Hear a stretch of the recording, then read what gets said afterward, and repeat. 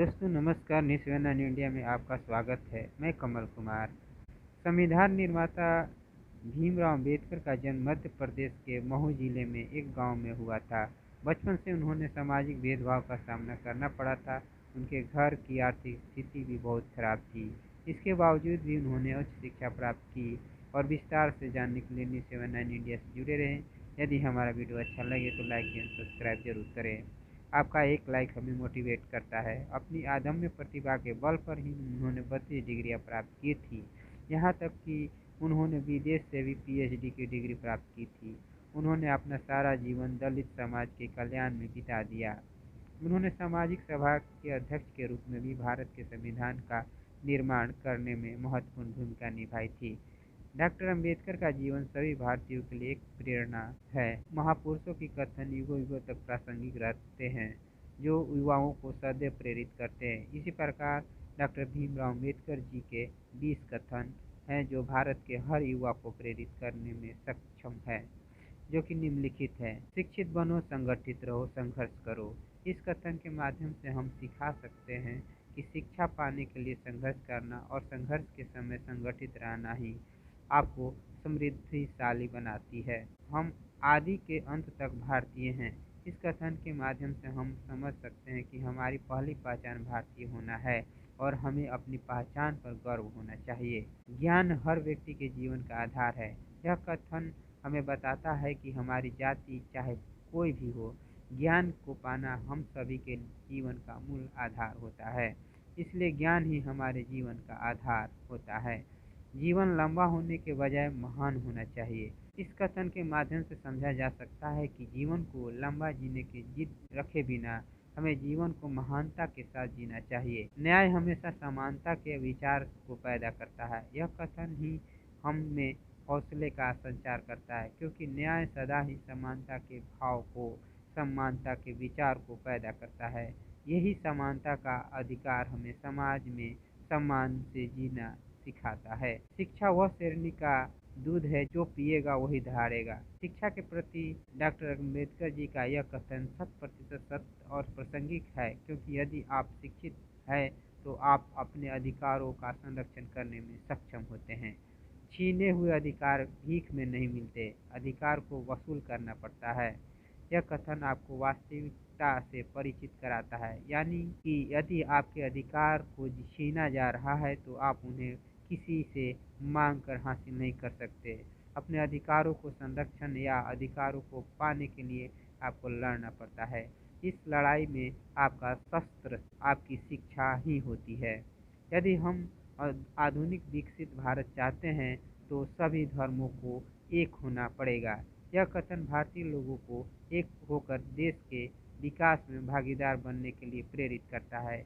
यदि हम चाहते हैं कि हम आधुनिक विकास करें और हमारा देश संसार में सबसे आगे रहे, तो उनके लिए हम सभी भारतीयों को जाति और धर्म से ऊपर उठकर देश के लिए सोचना होगा। जो कौम अपना इतिहास नहीं जानती, वह कौम कभी अपना इतिहास नहीं बना सकती। इस कथन का सीधा अर्थ है कि जब तक हम अपनी मूल जड़ों से नहीं जुड़ते हैं, तब तक हम खुद का विकास नहीं कर सकते। यह कथन हमें सिखाता है कि हमें अपने इतिहास पर सदा ही गौरव की अनुभूति होनी चाहिए। संवैधानिक स्वतंत्रता का कोई अर्थ नहीं है जब तक आप सामाजिक स्वतंत्रता प्राप्त नहीं कर लेते। यह कथन हमें बताता है कि जब तक हम सभी को समाज में समान अधिकार नहीं मिलते, तब तक हम संवैधानिक तौर पर स्वतंत्रता की बात नहीं समझ सकते हैं। सामाजिक स्वतंत्रता का अर्थ यह नहीं है कि आप बेलगाम हो जाएं। संवैधानिक स्वतंत्रता की कल्पना आप सामाजिक स्वतंत्रता के बिना नहीं कर सकते हैं। अगर मुझे कभी लगा कि संविधान का गलत प्रयोग हो रहा है, तो सबसे पहले मैं ही इसे चलाऊंगा। यहाँ डॉक्टर अम्बेडकर कहना चाह रहे हैं कि यदि कभी किसी ने संविधान को गलत तरीके से प्रयोग करने की कोशिश की, तो वे खुद ही इसे नष्ट कर देंगे। मैं ऐसे धर्म को मानता हूँ जो स्वतंत्रता, समानता और भाईचारा सिखाता है। यहाँ डॉक्टर अम्बेडकर ऐसे धर्म को मानने की बात कर रहे हैं जो समानता और भाईचारे का संदेश देता है। वास्तव में डॉक्टर अम्बेडकर यहाँ मानवता के धर्म का पालन करने की बात कर रहे हैं। जो इंसान अपनी मौत को सदा याद रखता है वह अच्छे काम करने में लगा रहता है। यहाँ डॉक्टर अम्बेडकर बता रहे हैं कि मृत्यु एक दिन सबको आनी है, इसलिए इस बात को याद रखते हुए हमें इस जीवन को अच्छे कार्यों को करने के लिए समर्पित कर देना चाहिए। अपने भाग्य की बजाय अपने कार्यों की मजबूती पर विश्वास रखो। यहाँ डॉक्टर कलाम लोगों से कर्म प्रधान बनने की बात कह रहे हैं। वे लोगों से कह रहे हैं कि उन्हें किस्मत के भरोसे न रहकर कर्मों को अच्छे तरीके से अंजाम देना चाहिए। मैं किसी समाज की प्रगति को उसकी महिलाओं की प्रगति से मापता हूँ। बाबा साहेब अम्बेडकर महिला शिक्षा और महिला उत्थान के बहुत बड़े समर्थक थे। वे कहते थे कि कोई भी समाज तब तक पूरी तरह से तरक्की नहीं कर सकता जब तक कि वहाँ पर महिलाओं को उनके अधिकार न मिले। जैसे मनुष्य नश्वर है वैसे ही विचार भी हैं। एक विचार को प्रचार की आवश्यकता होती है, जैसे एक पौधे को पानी की आवश्यकता होती है, अन्यथा यह सूख जाता है और मर जाता है। यहाँ डॉक्टर अम्बेडकर बता रहे हैं कि शरीर की तरह ही महान लोगों के विचार भी एक दिन दुनिया से चले जाते हैं, इसलिए विचारों को किसी पौधे की तरह पोषित करते रहना आवश्यक होता है। समानता एक कल्पना हो सकती है, लेकिन फिर भी इसे एक नियामक सिद्धांत के रूप में स्वीकार किया जाना चाहिए। डॉक्टर अंबेडकर समाज में समानता के अधिकारों के महत्व को उजागर कर रहे हैं। उनके अनुसार अगर कुछ लोग समानता के विचार को सिर्फ एक कल्पना भी मानते हैं, तब भी उन्हें समानता को स्वीकार करना चाहिए। एक महान आदमी एक प्रतिष्ठित आदमी से इस तरह से अलग होता है कि समाज का नौकर बनने को तैयार रहता है।